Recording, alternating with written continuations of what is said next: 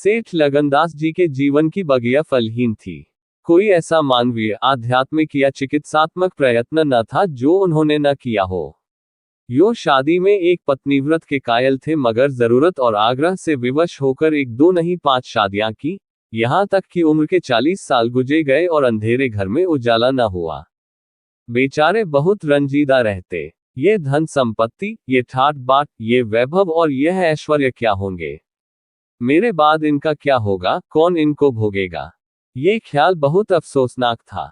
आखिर यह सलाह हुई कि किसी लड़के को गोद लेना चाहिए, मगर यह मसला पारिवारिक झगड़ों के कारण सालों तक स्थगित रहा। जब सेठ जी ने देखा कि बीवियों में अब तक बदस्तूर कशमकश हो रही है, तो उन्होंने नैतिक साहस से काम लिया और एक होनहार अनाथ लड़के को गोद ले लिया। उसका नाम रखा गया मगनदास। उसकी उम्र 5-6 साल से ज्यादा न थी। भला का जहीन और तमीजदार। मगर औरतें सब कुछ कर सकती हैं, दूसरे के बच्चे को अपना नहीं समझ सकती। यहां तो 5 औरतों का साझा था। अगर एक उसे प्यार करती तो बाकी 4 औरतों का फर्ज था कि उससे नफरत करे। हाँ, सेठ जी उसके साथ बिल्कुल अपने लड़के की सी मोहब्बत करते थे। पढ़ाने को मास्टर रखे, सवारी के लिए घोड़े, रईसी ख्याल के आदमी थे। राग रंग का सामान भी मुहैया था। गाना सीखने का लड़के ने शौक किया तो उसका भी इंतजाम हो गया। गरज जब मगनदास जवानी पर पहुंचा तो रईसाना दिलचस्पियों में उसे कमाल हासिल था। उसका गाना सुनकर उस्ताद लोग कानों पर हाथ रखते। शहसवार ऐसा कि दौड़ते हुए घोड़े पर सवार हो जाता। डील डॉल, शक्ल सूरत में उसका सा अलबेला जवान दिल्ली में कम होगा। शादी का मसला पेश हुआ। नागपुर के करोड़पति सेठ मक्खनलाल बहुत लहराए हुए थे। उनकी लड़की से शादी हो गई। धूमधाम का जिक्र किया जाए तो किस्सा वियोग की रात से भी लंबा हो जाए। मक्खनलाल का उसी शादी में दिवाला निकल गया। इस वक्त मगनदास से ज्यादा ईर्ष्या के योग्य आदमी और कौन होगा? उसकी जिंदगी की बहार उमंगों पर भी और मुरादों के फूल अपनी शबनमी ताजगी में खिल खिलकर हुस्न और ताजगी का समा दिखा रहे थे। मगर तकदीर की देवी कुछ और ही सामान कर रही थी। वह सैर सपाटे के इरादे से जापान गया हुआ था कि दिल्ली से खबर आई कि ईश्वर ने तुम्हें एक भाई दिया है। मुझे इतनी खुशी है कि ज्यादा अरसे तक जिंदा न रह सकूं। तुम बहुत जल्द लौट आओ। मगनदास के हाथ से तार का कागज छूट गया और सर में ऐसा चक्कर आया कि जैसे किसी ऊंचाई से गिर पड़ा है।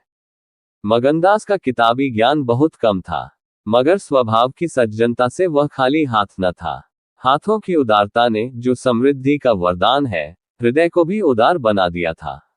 उसे घटनाओं की इस कायापलट से दुख तो जरूर हुआ, आखिर इंसान ही था, मगर उसने धीरज से काम लिया और एक आशा और भय की मिली जुली हालत में देश को रवाना हुआ। रात का वक्त था। जब अपने दरवाजे पर पहुंचा तो नाच गाने की महफिल सजी देखी। उसके कदम आगे न बढ़े। वह लौट पड़ा और एक दुकान के चबूतरे पर बैठकर सोचने लगा कि अब क्या करना चाहिए। इतना तो उसे यकीन था कि सेठ जी उसके साथ भी भलमनसी और मोहब्बत से पेश आएंगे, बल्कि शायद अब और भी कृपा करने लगे। सेठानिया भी अब उसके साथ गैरों का सा बर्ताव न करेगी। मुमकिन है मझली बहू जो इस बच्चे की खुशनसीब माँ थी, उससे दूर दूर रहे, मगर बाकी चारों सेठानियों की तरफ से सेवा सत्कार में कोई शक नहीं था। उनकी डाह से वह फायदा उठा सकता था।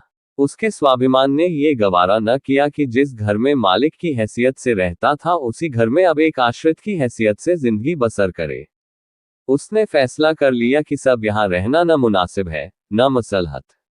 मगर जाऊं कहाँ? न कोई ऐसा फन सीखा, न कोई ऐसा इल्म हासिल किया जिससे रोजी कमाने की सूरत पैदा होती। रईसाना दिलचस्पियां उसी वक्त तक कद्र की निगाह से देखी जाती हैं जब तक कि वे रईसों के आभूषण रहें। जीविका बनकर वे सम्मान के पद से गिर जाती है।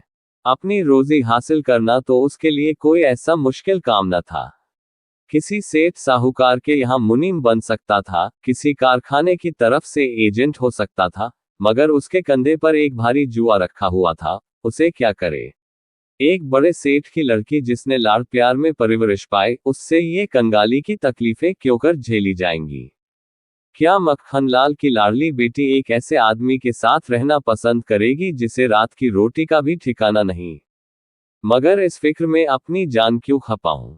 मैंने अपनी मर्जी से शादी नहीं की। मैं बराबर इनकार करता रहा। सेठ जी ने जबरदस्ती मेरे पैरों में बेड़ी डाली है।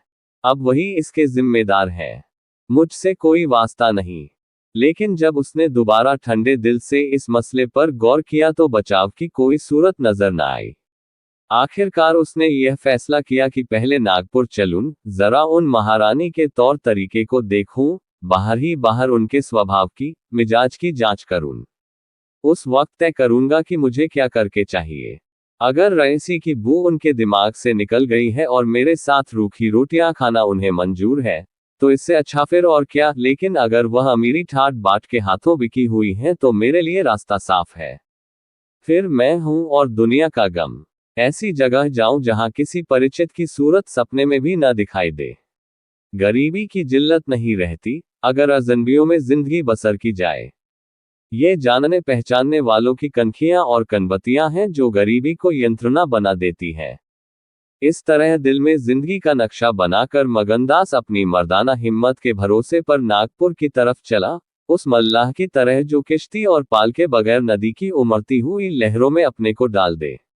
शाम के वक्त सेठ मक्खनलाल के सुंदर बगीचे में सूरज की पीली किरणें मुरझाए हुए फूलों से गले मिलकर विदा हो रही थी। बाग के बीच में एक पक्का कुआं था और एक मौलसिरी का पेड़। कुएं के मुंह पर अंधेरे की नीली सी नकाब थी, पेड़ के सिर पर रोशनी की सुनहरी चादर। इसी समय एक नौजवान थका मांदा कुएं पर आया और लोटे से पानी भरकर पीने के बाद जगत पर बैठ गया। मालिन ने पूछा, कहाँ जाओगे? मगनदास ने जवाब दिया कि जाना तो था बहुत दूर, मगर यही रात हो गई। यहाँ कहीं ठहरने का ठिकाना मिल जाएगा। मालिन, चले जाओ, सेठ जी की धर्मशाला में बड़े आराम की जगह है। मगनदास, धर्मशाला में तो मुझे ठहरने का कभी संयोग नहीं हुआ। कोई हर्ज न हो तो यहीं पड़ा रहूं। यहाँ कोई रात को रहता है। मालिन भाई, मैं यहाँ ठहरने को न कहूंगी। ये बाई जी की बैठक है। झरोखे में बैठकर सैर किया करती है। कहीं देखभाल ले तो मेरे सिर में एक बाल भी न रहे। मगनदास, बाई जी कौन? मालिक, यही सेठ जी की बेटी इंदिरा बाई। मगनदास, ये गजरे उन्हीं के लिए बना रही हो क्या? मालिन, हाँ, और सेठ जी के यहाँ है ही कौन? फूलों के गहने बहुत पसंद करती है। मगनदास, शौकीन औरत मालूम होती है। मालिन भाई, यही तो बड़े आदमियों की बातें हैं। वे शौक न करे तो हमारा तुम्हारा निबाह कैसे हो? और धन है किस लिए? अकेली जान पर 10 लौंडियां हैं। सुना करती थी कि भगवान आदमी का हलबूत जोतता है, वह अपनी आंखों देखा। आप ही आप पंखा चलने लगे। आप ही आप सारे घर में दिन का सा उजाला हो जाए। तुम झूठ समझते होगे, मगर मैं आंखों देखी बात कहती हूं। उस गर्व की चेतना के साथ जो किसी नादान आदमी के सामने अपनी जानकारी के बयान करने में होता है, बुरी मालिन अपनी सर्वज्ञता का प्रदर्शन करने लगी। मगनदास ने उकसाया, होगा भाई, बड़े आदमी की बातें निराली होती हैं। लक्ष्मी के बस में सब कुछ है, मगर अकेली जान पर 10 लौंडियां, समझ में नहीं आता। मालिन ने बुढ़ापे के चिड़चिड़ेपन से जवाब दिया, तुम्हारी समझ मोटी हो तो कोई क्या करे। कोई पान लगाती है, कोई पंखा झलती है, कोई कपड़े पहनाती है। 2000 रुपये में तो सेजगढ़ी आई थी, चाहो तो मुंह देख लो, उस पर हवा खाने जाती है। एक बंगालिन गाना बजाना सिखाती है, मेम पढ़ाने आती है, शास्त्री जी संस्कृत पढ़ाते हैं, कागज पर ऐसी मूर्त बनाती हैं कि अब बोली और अब बोली। दिल की रानी है, बेचारी के भाग फूट गए। दिल्ली के सेठ लगनदास के गोद लिए हुए लड़के से ब्याह हुआ था, मगर राम जी की लीला 70 बरस के मुर्दे को लड़का दिया, कौन पतियाएगा। जब से यह सुनावनी आई है तब से बहुत उदास रहती है। एक दिन रोती थी। मेरे सामने की बात है। बाप ने देख लिया। समझाने लगे, लड़की को बहुत चाहते हैं। सुनती हूं दामाद को यहीं बुलाकर रखेंगे। नारायण करे, मेरी रानी दूधो नहाय पूतो फले। माली मर गया था, उन्होंने आरनाली होती तो घर भर के टुकड़े मांगती। मगनदास ने एक ठंडी सांस ली। बेहतर है, अब यहां से अपनी इज्जत आबरू लिए हुए चल दो। यहां मेरा निबाह ना होगा। इंदिरा रईसजादी है, तुम इस काबिल नहीं हो कि उसके शौहर बन सको। मालिन से बोला तो धर्मशाला में जाता हूं। जाने वहां खाट वॉट मिल जाती है कि नहीं, मगर रात ही तो काटनी है, किसी तरह कटी जाएगी। रईसों के लिए मखमली गद्दे चाहिए, हम मजदूरों के लिए पुआल ही बहुत है। ये कहकर उसने लुटिया उठाई, डंडा संभाला और दर्द भरे दिल से एक तरफ चल दिया। उस वक्त इंदिरा अपने झरोखे पर बैठी हुई इन दोनों की बातें सुन रही थी। कैसा संयोग है कि स्त्री को स्वर्ग की सब सिद्धियां प्राप्त हैं और उसका पति आवारों की तरह मारा मारा फिर रहा है। उसे रात काटने का ठिकाना नहीं। मगनदास निराश विचारों में डूबा हुआ शहर से बाहर निकल आया और एक सराय में ठहरा जो सिर्फ इसलिए मशहूर थी कि वहां शराब की एक दुकान थी। यहां आसपास से मजदूर लोग आकर अपने दुख को भुलाया करते थे। जो भूले भटके मुसाफिर यहां ठहरते, उन्हें होशियारी और चौकसी का व्यवहारिक पाठ मिल जाता था। मगनदास थका मांदा था ही एक पेड़ के नीचे चादर बिछाकर सो रहा और जब सुबह को नींद खुली तो उसे किसी पीर औलिया के ज्ञान की सजीव दीक्षा का चमत्कार दिखाई पड़ा जिसकी पहली मंजिल वैराग्य है। उसकी छोटी सी पोटली, जिसमें 2-1 कपड़े और थोड़ा सा रास्ते का खाना और लुटिया डोर बंधी हुई थी, गायब हो गई। उन कपड़ों को छोड़कर जो उसके बदन पर थे अब उसके पास कुछ भी न था और भूख, जो कंगाली में और भी तेज हो जाती है, उसे बेचैन कर रही थी। मगर वह दृढ़ स्वभाव का आदमी था, उसने किस्मत का रोना न रोया और किसी तरह गुजर करने की तदबीरें सोचने लगा। लिखने और गणित में उससे अच्छा अभ्यास था मगर इस हैसियत में उससे फायदा उठाना असंभव था।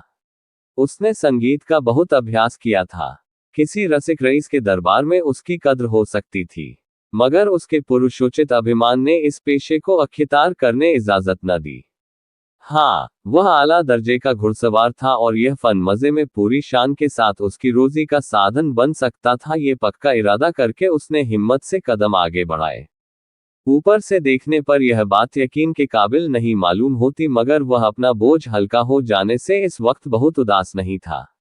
मर्दाना हिम्मत का आदमी ऐसी मुसीबतों को उसी निगाह से देखता है, जिसमें एक होशियार विद्यार्थी परीक्षा के प्रश्नों को देखता है। उसे अपनी हिम्मत आजमाने का, एक मुश्किल से जूझने का मौका मिल जाता है, उसकी हिम्मत अजनाने ही मजबूत हो जाती है। अक्सर ऐसे माँ के मर्दाना हौसले के लिए प्रेरणा का काम देते हैं। मगनदास इस जोश से कदम बढ़ाता चला जाता था कि जैसे कामयाबी की मंजिल सामने नजर आ रही है। मगर शायद वहां के घोड़ों ने शरारत और बिगड़ेलपन से तौबा कर ली थी। अब वे स्वाभाविक रूप से बहुत मजे में धीमे धीमे चलने वाले थे। वह जिस गांव में जाता निराशा को उकसाने वाला जवाब पाता। आखिरकार शाम के वक्त जब सूरज अपनी आखिरी मंजिल पर जा पहुंचा था, उसकी कठिन मंजिल तमाम हुई।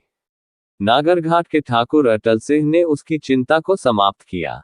यह एक बड़ा गांव था। पक्के मकान बहुत थे, मगर उनमें प्रेतात्माएं आबाद थीं। कई साल पहले प्लेग ने आबादी के बड़े हिस्से को इस क्षणभंगुर संसार से उठाकर स्वर्ग में पहुंचा दिया था। इस वक्त प्लेग के बचे खुचे वे लोग गांव के नौजवान और शौकीन जमींदार साहब और हल्के के कारगुजार और रोबीले थानेदार साहब थे। उनकी मिली जुली कोशिशों से गांव में सतयुग का राज था। धन दौलत को लोग जान का अजाब समझते थे, उसे गुनाह की तरह छुपाते थे।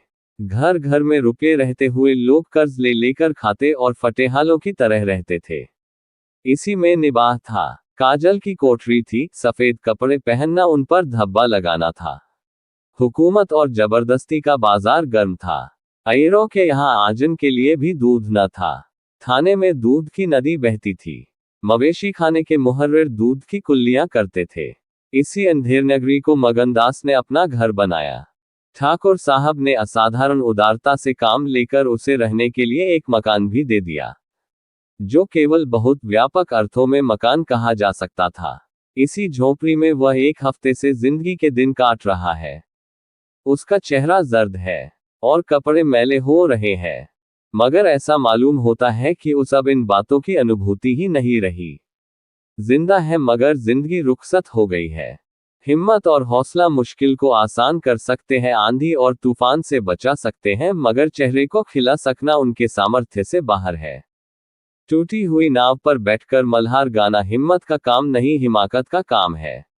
एक रोज जब शाम के वक्त वह अंधेरे में खाट पर पड़ा हुआ था, एक औरत उसके दरवाजे पर आकर भीख मांगने लगी। मगनदास का आवाज परिचित जान पड़ी। बाहर आकर देखा तो वही चंपा मालिन थी। कपड़े तार तार, मुसीबत की रोती हुई तस्वीर। बोला, मालिन, तुम्हारी यह क्या हालत है? मुझे पहचानती हो? मालिन ने चौंक कर देखा और पहचान गई। रोकर बोली, बेटा अब बताओ मेरा कहाँ ठिकाना लगे। तुमने मेरा बना बनाया घर उजाड़ दिया, न उस दिन तुमसे बात करती ने मुझे पर यह विपत पड़ती। बाई ने तुम्हें बैठे देख लिया, बातें भी सुनी। सुबह होते ही मुझे बुलाया और बरस पड़ी, नाक कटवा लूंगी, मुंह में कालिख लगवा दूंगी, चुड़ैल कुटनी, तू मेरी बात किसी गैर आदमी से क्यों चलाए? तू दूसरों से मेरी चर्चा करे। वह क्या तेरा दामाद था जो तू उससे मेरा दुखड़ा रोती थी? जो कुछ मुंह में आया बकती रही, मुझसे भी न सहा गया। रानी रुठेंगी अपना सुहाग लेंगी। बोली, बाई जी मुझसे कसूर हुआ, लीजिए अब जाती हूं। छींकते नाक कटती है तो मेरा निबाह यहां न होगा। ईश्वर ने मुंह दिया है तो आहार भी देगा। 4 घर से मांगूंगी तो पेट को हो जाएगा। उस छोकरी ने मुझे खड़े खड़े निकलवा दिया। बताओ मैंने तुमसे उसकी कौन सी शिकायत की थी? उसकी क्या चर्चा की थी? मैं तो उसका बखान कर रही थी। मगर बड़े आदमियों का गुस्सा भी बड़ा होता है। अब बताओ मैं किसकी होकर रहूं? 8 दिन इसी तरह टुकड़े मांगते हो गए हैं। एक भतीजी उन्हीं के यहाँ लौंडियों में नौकर थी, उसी दिन उसे भी निकाल दिया। तुम्हारी बदौलत जो कभी न किया था वह करना पड़ा। तुम्हें कहाँ का दोष लगाऊं, किस्मत में जो कुछ लिखा था देखना पड़ा। मगनदास सन्नाटे में आ गया। आह मिजाज का ये हाल है, ये घमंड, ये शान। मालिन का इत्मीनान दिलाया, उसके पास अगर दौलत होती तो उसे मालामाल कर देता। सेठ मक्खनलाल की बेटी को भी मालूम हो जाता कि रोजी की कुंजी उसी के हाथ में नहीं है। बोला, तुम फिक्र न करो, मेरे घर में आराम से रहो, अकेले मेरा जी भी नहीं लगता। सच कहो तो मुझे तुम्हारी तरह एक औरत की तलाशा थी, अच्छा हुआ तुम आ गई। मालिन ने आंचल फैलाकर असीम आशीर्वाद दिया, बेटा तुम जुग जुग जियो, बड़ी उम्र हो, यहाँ कोई घर मिले तो मुझे दिलवा दो। मैं यहाँ रहूंगी तो मेरी भतीजी कहाँ जाएगी? वह बेचारी शहर में किसके आश्रय रहेगी? मगनलाल के खून में जोश आया। उसके स्वाभिमान को चोट लगी। उन पर यह आफत मेरी लाई हुई है। उनकी इस आवारागर्दी का जिम्मेदार मैं हूं। बोला, कोई हर्ज न हो तो उसे भी यहीं ले आओ। मैं दिन को यहाँ बहुत कम रहता हूँ। रात को बाहर चारपाई डालकर पढ़ रहा करूंगा। मेरी वजह से तुम लोगों को कोई तकलीफ न होगी। यहाँ दूसरा मकान मिलना मुश्किल है। यही झोपड़ा बड़ी मुश्किलों से मिला है। यह अंधेर नगरी है। जब तुम्हारा सुभीता कहीं लग जाए तो चली जाना। मगनदास को क्या मालूम था कि हजरते इश्क उसकी जबान पर बैठे हुए उससे यह बात कहला रहे हैं। क्या यह ठीक है कि इश्क पहले माशूक के दिल में पैदा होता है? नागपुर इस गांव से 20 मील की दूरी पर था। चंपा उसी दिन चली गई और तीसरे दिन रंभा के साथ लौट आए। यह उसकी भतीजी का नाम था। उसका आने से झोपे में जान सी पड़ गई। मगनदास के दिमाग में मालिन की लड़की की जो तस्वीर थी उसका रंभा से कोई मेल न था। वह सौंदर्य नाम की चीज का अनुभवी जौहरी था, मगर ऐसी सूरत जिस पर जवानी की ऐसी मस्ती और दिल का चैन छीन लेने वाला ऐसा आकर्षण हो उसने पहले कभी नहीं देखा था। उसकी जवानी का चांद अपनी सुनहरी और गंभीर शान के साथ चमक रहा था। सुबह का वक्त था। मगनदास दरवाजे पर पड़ा ठंडी ठंडी हवा का मजा उठा रहा था। रंभा सिर पर घड़ा रखे पानी भरने को निकली। मगनदास ने उसे देखा और एक लंबी सांस खींचकर उठ बैठा। चेहरा मोहरा, बहुत ही मोहक, ताजे फूल की तरह खिला हुआ चेहरा, आंखों में गंभीर सरलता। मगनदास को उसने भी देखा। चेहरे पर लाज की लाली दौड़ गई। प्रेम ने पहला वार किया। मगनदास सोचने लगा, क्या तकदीर यहाँ कोई और गुल खिलाने वाली है? क्या दिल मुझे यहाँ भी चैन न लेने देगा? रंभा, तू यहाँ नाहक आई, नाहक एक गरीब का खून तेरे सर पर होगा।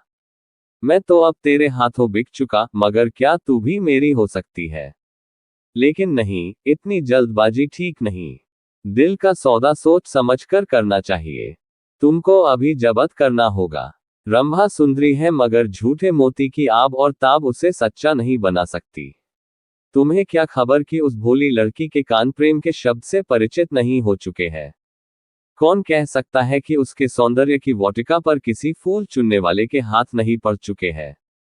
अगर कुछ दिनों की दिलबस्तगी के लिए कुछ चाहिए तो तुम आजाद हो, मगर यह नाजुक मामला है, जरा संभल के कदम रखना।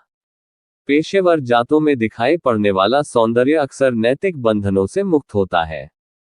3 महीने गुजर गए। मगनदास रंभा को ज्यों ज्यों बारीक से बारीक निगाहों से देखता त्यों त्यों उस पर प्रेम का रंग गाढ़ा होता जाता था। वह रोज उसे कुएं से पानी निकालते देखता, वह रोज घर में झाड़ू देती, रोज खाना पकाती। आह, मगनदास को उन ज्वार की रोटियां में जो मजा आता था, वह अच्छे से अच्छे व्यंजनों में भी न आया था।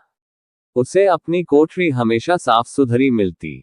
न जाने कौन उसका बिस्तर बिछा देता। क्या ये रंभा की कृपा थी? उसकी निगाहें शर्मीली थी, उसने उसे कभी अपनी तरफ चचन आंखों से ताकते नहीं देखा। आवाज कैसी मीठी! उसकी हंसी की आवाज कभी उसके कान में नहीं आई।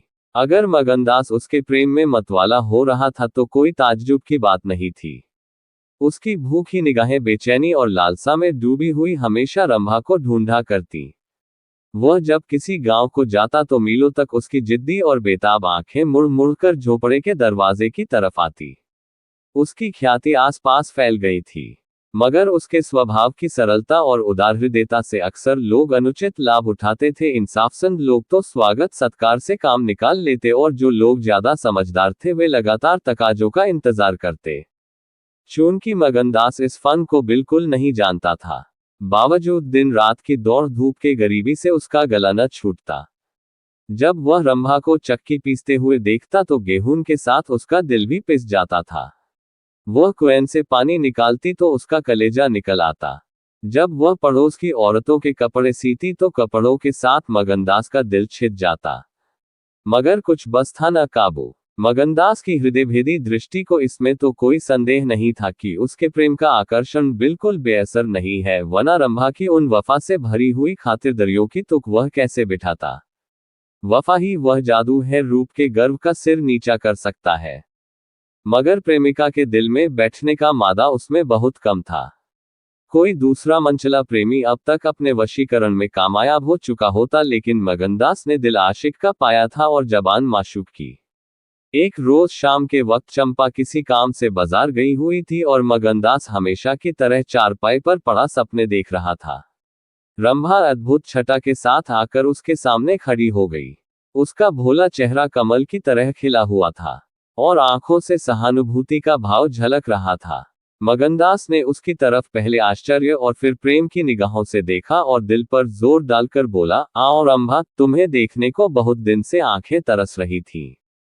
रंभा ने भोलेपन से कहा, मैं यहां न आती तो तुम मुझसे कभी न बोलते।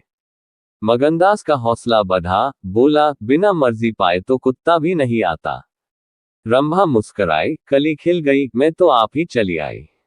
मगनदास का कलेजा उछल पड़ा। उसने हिम्मत करके रंभा का हाथ पकड़ लिया और भावावेश से कांपती हुई आवाज में बोला, नहीं रंभा, ऐसा नहीं है। यह मेरी महीनों की तपस्या का फल है। मगनदास ने बेताब होकर उसे गले से लगा लिया। जब वह चलने लगी तो अपने प्रेमी की ओर प्रेम भरी दृष्टि से देखकर बोली, अब ये प्रीत हमको निभानी होगी। पौ फटने के वक्त जब सूर्य देवता के आगमन की तैयारियां हो रही थी, मगनदास की आंखें खुली, रंभा आटा पीस रही थी। उस शांतिपूर्ण सन्नाटे में चक्की की घुमर घुमर बहुत सुहानी मालूम होती थी और वह उसके सुर से सुर मिलाकर अपने प्यारे ढंग से गा रही थी। झुलनिया मोरी पानी में गिरी, मैं जानो पिया मौको मने है, उल्टी मनावन मोको पड़ी। झुलनिया मोरी पानी में गिरी। साल भर गुजर गया। मगनदास की मोहब्बत और रंभा के सलीके न मिलकर उस वीरान झोपड़े को कुंज बाग बना दिया। अब वहां गायें थी, फूलों की क्यारियां थी और कई देहाती ढंग के मुड़े थे। सुख सुविधा की अनेक चीजें दिखाई पड़ती थी। एक रोज सुबह के वक्त मगनदास कहीं जाने के लिए तैयार हो रहा था कि एक संभ्रांत व्यक्ति अंग्रेजी पोशाक पहने उसे ढूंढता हुआ आ पहुंचा और उसे देखते ही दौड़कर गले से लिपट गया। मगनदास और वह दोनों एक साथ पढ़ा करते थे। वह अब वकील हो गया था। मगनदास ने भी अब पहचाना और कुछ झेपता और कुछ झिझकता उससे गले लिपट गया। बड़ी देर तक दोनों दोस्त बातें करते रहे। बातें क्या थी, घटनाओं और संयोगों की एक लंबी कहानी थी। कई महीने हुए सेठ लगन का छोटा बच्चा चेचक की नजर हो गया। सेठ जी ने दुख का मारे आत्महत्या कर ली और अब मगनदास सारी जायदाद, कोठी, इलाके और मकानों का एक छत्र स्वामी था। सेठानियों में आपसी झगड़े हो रहे थे। कर्मचारियों ने गबन को अपना ढंग बना रखा था। बड़ी सेठानी उसे बुलाने के लिए खुद आने को तैयार थी, मगर वकील साहब ने उन्हें रोका था। तब मगनदास न मुस्कुरा कर पूछा, तुम्हें क्यों कर मालूम हुआ कि मैं यहाँ हूँ? तो वकील साहब ने फरमाया, महीने भर से तुम्हारी टोह में हूँ। सेठ मक्खनलाल ने अता पता बतलाया। तुम दिल्ली पहुंचे और मैंने अपना महीने भर का बिल पेश किया। रंभा अधीर हो रही थी कि यह कौन है और इनमें क्या बातें हो रही है। 10 बजते बजते वकील साहब मगनदास से 1 हफ्ते के अंदर आने का वादा लेकर विदा हुए। उसी वक्त रंभा आ पहुंची और पूछने लगी, ये कौन थे? इनका तुमसे क्या काम था? मगनदास ने जवाब दिया, यमराज का दूत। रंभा, क्या असगुन बकते हो? मगन, नहीं नहीं रंभा, यह असगुन नहीं है, ये सचमुच मेरी मौत का दूत था। मेरी खुशियों के बाग को रौंदने वाला, मेरी हरी भरी खेती को उजाड़ने वाला। रंभा, मैंने तुम्हारे साथ दगा की है, मैंने तुम्हें अपने फरेब के जाल में फंसाया है, मुझे माफ करो। मोहब्बत ने मुझसे ये सब करवाया। मैं मगन से ठाकुर नहीं हूँ। मैं सेठ लगनदास का बेटा और सेठ मक्खनलाल का दामाद हूँ। मगनदास को डर था कि रंभा ये सुनते ही चौंक पड़ेगी और शायद उसे जालिम, दगाबाज कहने लगे, मगर उसका ख्याल गलत निकला। रंभा ने आंखों में आंसू भरकर सिर्फ इतना कहा, तो क्या तुम मुझे छोड़कर चले जाओगे? मगनदास ने उसे गले लगाकर कहा, हाँ। रंभा, क्यों? मगन, इसलिए कि इंदिरा बहुत होशियार, सुंदर और धनी है। रंभा, मैं तुम्हें न छोड़ूंगी। कभी इंदिरा की लौड़ी थी, अब उनकी सौत बनूंगी। तुम जितनी मेरी मोहब्बत करोगे, उतनी इंदिरा की तो न करोगे, क्यों? मगनदास इस भोलेपन पर मतवाला हो गया। मुस्करा कर बोला, अब इंदिरा तुम्हारी लौड़ी बनेगी, मगर सुनता हूं वह बहुत सुंदर है। कहीं मैं उसकी सूरत पर लुभा न जाऊं। मर्दों का हाल तुम नहीं जानती, मुझे अपने ही से डर लगता है। रंभा ने विश्वास भरी आंखों से देखकर कहा, क्या तुम भी ऐसा करोगे? ओह, जो जी में आए करना, मैं तुम्हें न छोड़ूंगी। इंदिरा रानी बने, मैं लौड़ी हूंगी, क्या इतने पर भी मुझे छोड़ दोगे? मगनदास की आंखें डबडबा गईं, बोला, प्यारी, मैंने फैसला कर लिया है कि दिल्ली न जाऊंगा। यह तो मैं कह ही न पाया कि सेठ जी का स्वर्गवास हो गया। बच्चा उनसे पहले ही चल बसा था। अफसोस सेठ जी के आखिरी दर्शन भी न कर सका। अपना बाप भी इतनी मोहब्बत नहीं कर सकता। उन्होंने मुझे अपना वारिस बनाया है। वकील साहब कहते थे कि सेठानियों में अनबन है, नौकर चाकर लूट मार मचा रहे हैं। वहां का ये हाल है और मेरा दिल वहां जाने पर राजी नहीं होता। दिल तो यहां है, वहां कौन जाए? रंभा जरा देर तक सोचती रही, फिर बोली, तो मैं तुम्हें छोड़ दूंगी। इतने दिन तुम्हारे साथ रही, जिंदगी का सुख लूटा, अब जब तक जीऊंगी इस सुख का ध्यान करती रहूंगी। मगर तुम मुझे भूल तो न जाओगे? साल में एक बार देख लिया करना। इसी झोपड़े में आकर मगनदास ने बहुत रोका, मगर आंसू न रुक सके। बोले, रंभा, बातें न करो, कलेजा बैठा जाता है। मैं तुम्हें छोड़ नहीं सकता। इसलिए नहीं कि तुम्हारे ऊपर कोई एहसान है, तुम्हारी खातिर नहीं, अपनी खातिर। वह शांति, वह प्रेम, वह आनंद जो मुझे यहाँ मिलता है और कहीं नहीं मिल सकता। खुशी के साथ जिंदगी बसर हो, यही मनुष्य के जीवन का लक्ष्य है। मुझे ईश्वर ने ये खुशी यहाँ दे रखी है, तो मैं उसे क्यों छोड़ूं? धन दौलत को मेरा सलाम है, मुझे उसकी हवस नहीं है। रंभा फिर गंभीर स्वर में बोली, मैं तुम्हारे पांव की बेड़ी न बनूंगी। चाहे तुम अभी मुझे न छोड़ो, लेकिन थोड़े दिनों में तुम्हारी यह मोहब्बत न रहेगी। मगनदास को कोड़ा लगा। जोश से बोला, तुम्हारे सिवा इस दिल में अब कोई और जगह नहीं पा सकता। रात ज्यादा हो गई थी। अष्टमी का चांद सोने जा चुका था। दोपहर के कमल की तरह साफ आसमान में सितारे खिले हुए थे। किसी खेत के रखवाले की बांसुरी की आवाज, जिसे दूरी ने तासीर, सन्नाटे न सुरीलापन और अंधेरे ने आत्मिकता का आकर्षण दे दिया था, कानों में आ जा रही थी कि जैसे कोई पवित्र आत्मा नदी के किनारे बैठी हुई पानी की लहरों से या दूसरे किनारे के खामोश और अपनी तरफ खींचने वाले पेड़ों से अपनी जिंदगी की गम की कहानी सुना रही है। मगनदास सो गया, मगर रंभा की आंखों में नींद न आई। सुबह हुई तो मगनदास उठा और रंभा को पुकारने लगा, मगर रंभा रात ही को अपनी चाची के साथ वहां से कहीं चली गई थी। मगनदास को उस मकान के दरो दीवार पर एक मनहूसियत सी छाई हुई मालूम हुई कि जैसे घर की जान निकल गई हो। वह घबराकर उस कोठरी में गया जहां रंभा रोज चक्की पीसती थी। मगर अफसोस, आज चक्की एकदम निश्चल थी। फिर वह कुएं की तरह दौड़ा गया, लेकिन ऐसा मालूम हुआ कि कुएं ने उसे निगल जाने के लिए अपना मुंह खोल दिया है। तब वह बच्चों की तरह चीख उठा। वह रोता हुआ फिर उसी झोपड़ी में आया जहां कल रात तक प्रेम का वास था। मगर उस वक्त वह शोक का घर बनी हुई थी। जब जरा आंसू थमे तो उसने घर में चारों तरफ निगाह दौड़ाई। रंभा की साड़ी अरगनी पर पड़ी हुई थी। एक पिटारी में वह कंगन रखा हुआ था जो मगनदास ने उसे दिया था। बर्तन सब रखे हुए थे, साफ और सुधरे। मगनदास सोचने लगा, रंभा, तूने रात को कहा था मैं तुम्हें छोड़ दूंगी। क्या तूने वह बात दिल से कही थी? मैंने तो समझा था तू दिल लगी कर रही है, नहीं तो तुझे कलेजे में छिपा लेता। मैं तो तेरे लिए सब कुछ छोड़े बैठा था। तेरा प्रेम मेरे लिए सब कुछ था। आह, मैं यूं बेचैन हूं, क्या तू बेचैन नहीं है? हाय, तू रो रही है। मुझे यकीन है कि तू अब भी लौट आएगी। फिर सजीव कल्पनाओं का एक जमघट उसके सामने आया। वे नाजुक अदाएं, वे मतवाली आंखें, वे भोली भाली बातें, वे अपने को भूली हुई सी मेहरबानियां, वह जीवनदायी मुस्कान, वे आशिकों जैसी दिलगोइयां, वो प्रेम का नशा, वो हमेशा खिला रहने वाला चेहरा, वह लचक लचक कर कुएं से पानी लाना, वह इंतजार की सूरत, वह मस्ती से भरी हुई बेचैनी, ये सब तस्वीरें उसकी निगाहों के सामने हमरतनाक बेताबी के साथ फिरने लगी। मगनदास ने एक ठंडी सांस ली और आंसुओं और दर्द की उमड़ती हुई नदी को मर्दाना जबत से रोककर उठ खड़ा हुआ। नागपुर जाने का पक्का फैसला हो गया। तकिए के नीचे से संदूक की कुंजी उठाई तो कागज का एक टुकड़ा निकल आया। ये रंभा की विदा की चिट्ठी थी।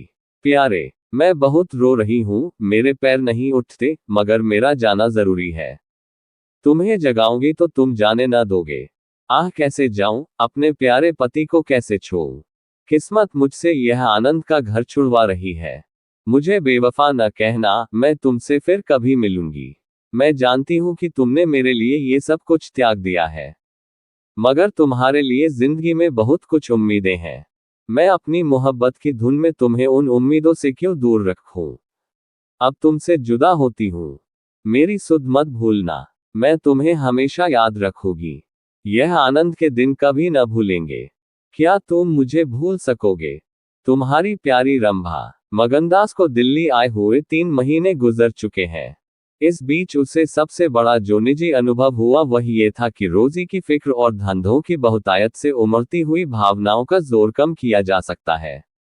1.5 साल पहले का बफिक्र नौजवान अब एक समझदार और सूझबूझ रखने वाला आदमी बन गया था। सागर घाट के उन कुछ दिनों से उसे रियाया की इन तकलीफों का निजी ज्ञान हो गया था जो कारिंदों और मुख्तारों की सख्तियों की बदौलत उन्हें उठानी पड़ती है। उसने उसे रियासत के इंतजाम में बहुत मदद दी और गो कर्मचारी दबी जबान से उसकी शिकायत करते थे और अपनी किस्मत और जमाने के उलट फेर को कोसते थे, मगर रियाया खुश थी। हाँ, जब वह सब धंधों से फुर्सत पाता तो एक भोली भाली सूरत वाली लड़की उसके ख्याल के पहलू में आ बैठती और थोड़ी देर के लिए सागर घाट का वह हरा भरा झोपड़ा और उसकी मस्तियां आंखों के सामने आ जाती। सारी बातें एक सुहाने सपने की तरह याद आकर उसके दिल को मसोसने लगती, लेकिन कभी कभी खुद ब खुद उसका ख्याल इंदिरा की तरफ भी जा पहुंचता। गो उसके दिल में रंभा की वही जगह थी, मगर किसी तरह उसमें इंदिरा के लिए भी एक कोना निकल आया था। जिन हालातों और आफतों ने उसे इंदिरा से बेजार कर दिया था वह अब रुखसत हो गई थी। अब उसे इंदिरा से कुछ हमदर्दी हो गई। अगर उसके मिजाज में घमंड है, हुकूमत है, तकल्लुफ है, शान है, तो यह उसका कसूर नहीं, ये रईसज़ादों की आम कमजोरियां हैं, यही उनकी शिक्षा है। वे बिल्कुल बेबस और मजबूर है। इन बत्ते हुए और संतुलित भावों के साथ जहां वह बेचैनी के साथ रंभा की याद को ताज़ा किया करता था, वहां इंदिरा का स्वागत करने और उसे अपने दिल में जगह देने के लिए तैयार था। वह दिन दूर नहीं था जब उसे उस आजमाइश का सामना करना पड़ेगा। उसके कई आत्मीय अमीराना शान शौकत के साथ इंदिरा को विदा कराने के लिए नागपुर गए हुए थे। मगनदास की तबीयत आज तरह तरह के भावों के कारण, जिनमें प्रतीक्षा और मिलन की उत्कंठा विशेष थी, उचाट सी हो रही थी। जब कोई नौकर आता तो वह संभल बैठता कि शायद इंदिरा आ पहुंची। आखिर शाम के वक्त जब दिन और रात गले मिले रहे थे, जननखाने में जोर शोर से गाने की आवाजों ने बहू के पहुंचने की सूचना दी। सुहाग की सुहानी रात थी। 10 बज गए थे। खुले हुए हवादार सहन में चांदनी छिटकी हुई थी, वह चांदनी जिसमें नशा है, आरजू है और खिंचाव है। गमलों में खिले हुए गुलाब और चंपा के फूल चांद की सुनहरी रोशनी में ज्यादा गंभीर और खामोश नजर आते थे। मगनदास इंदिरा से मिलने के लिए चला। उसके दिल से लालसाएं जरूर थी मगर एक पीड़ा भी थी। दर्शन की उत्कंठा थी मगर प्यास से खोली। मोहब्बत नहीं, प्राणों का खिंचाव था जो उसे खींचे लिए जाता था। उसके दिल में बैठी हुई रंभा शायद बार बार बाहर निकलने की कोशिश कर रही थी, इसीलिए दिल में धड़कन हो रही थी। वह सोने के कमरे के दरवाजे पर पहुंचा। रेशमी पर्दा पड़ा हुआ था। उसने पर्दा उठा दिया। अंदर एक औरत सफेद साड़ी पहने खड़ी थी। हाथ में चंद खूबसूरत चूड़ियों के सिवा उसके बदन पर एक जेवर भी न था। ज्यों ही पर्दा उठा और मगनदास ने अंदर कदम रखा, वह मुस्कुराती हुई उसकी तरफ बढ़ी। मगनदास ने उसे देखा और चकित होकर बोला, रंभा, और दोनों प्रेमावेश से लिपट गए। दिल में बैठी हुई रंभा बाहर निकल आई थी। साल भर गुजरने के बाद एक दिन इंदिरा ने अपने पति से कहा, क्या रंभा को बिल्कुल भूल गए? कैसे बेवफा हो? कुछ याद है? उसने चलते वक्त तुमसे क्या विनती की थी? मगनदास ने कहा, खूब याद है। वह आवाज भी कानों में गूंज रही है। मैं रंभा को भोली भाली लड़की समझता था। यह नहीं जानता था कि यह त्रिया चरित्र का जादू है। मैं अपनी रंभा को अब भी इंदिरा से ज्यादा प्यार करता हूं। तुम्हें डाह तो नहीं होती? इंदिरा ने हंसकर जवाब दिया, डाह क्यों हो? तुम्हारी रंभा है तो क्या मेरा मगन सिंह नहीं है? मैं अब भी उस पर मरती हूं। दूसरे दिन दोनों दिल्ली से एक राष्ट्रीय समारोह में शरीक होने का बहाना करके रवाना हो गए और सागर घाट जा पहुंचे। वह झोपड़ा, वो मोहब्बत का मंदिर, वह प्रेम भवन फूलों और हरियाली से लहरा रहा था। चंपा मालिन उन्हें वहां मिली। गांव के जमींदार उनसे मिलने के लिए आए। कई दिन तक फिर मगन सिंह को घोड़े निकालने पड़े। रंभा कुएं से पानी लाती, खाना पकाती, फिर चक्की पीसती और गाती। गांव की औरतें फिर उससे अपने कुर्ते और बच्चों की लेसेदार टोपियां सिलवाती हैं। हाँ, इतना जरूर कहती हैं कि उसका रंग कैसा निखर आया है, हाथ पांव कैसे मुलायम पड़ गए हैं। किसी बड़े घर की रानी मालूम होती है, मगर स्वभाव वही है, वही मीठी बोली है, वही मुरौवत, वही हंसमुख चेहरा। इस तरह एक हफ्ता इस सरल और पवित्र जीवन का आनंद उठाने के बाद दोनों दिल्ली वापस आए और अब 10 साल गुजरने पर भी साल में एक बार उस झोपड़े के नसीब जागते हैं। वह मोहब्बत की दीवार अभी तक उन दोनों प्रेमियों को अपनी छाया में आराम देने के लिए खड़ी है।